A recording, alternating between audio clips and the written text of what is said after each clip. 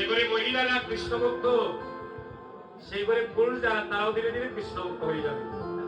প্রহ্লাদ মহারাজ অসুর কুলে যাওয়ার জন্ম, কিন্তু অসুর কুলে জন্ম নিয়ে এসে হলো বিশুদ্ধ হরি ভক্ত। কার অবদান? পিতার অবদান বলে না, মায়ের অবদান।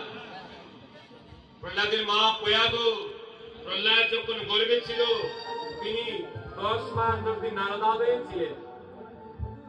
স্বর্গের দেবতারা যখন এই প্রহ্লাদের হিরণ্যকশিপুর বংশ নষ্ট করার পরে প্রয়াগকে ধরে নিয়ে যাচ্ছিল, নারদ মুনি আকাশ থেকে অনেক বুঝিয়ে শুনিয়ে প্রয়াগকে নিয়ে গিয়েছিলেন নারদালয়ে।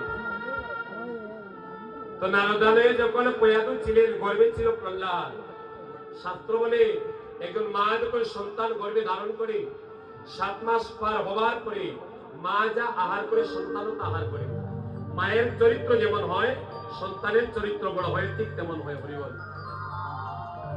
তাহলে 7 মাস যখন পার হয়ে গেল, মা প্রয়াগ নারদ মুনির মুখের দিগানিশি হরিনাম কৃষ্ণ নাম শ্রবণ করে গর্ভ থেকে প্রহ্লাদ সেই হরিনাম কৃষ্ণ নাম শ্রবণ করে দৈত্যকুলে জন্ম। কিন্তু ওই যে গর্ভ থেকে নারদ মুনির মুখে হরি কথা শুনেছিল, তাই জন্মের পর থেকেই প্রহ্লাদ বিশুদ্ধ হরি ভক্তি পরিণত হয়ে গেল। হরি বল।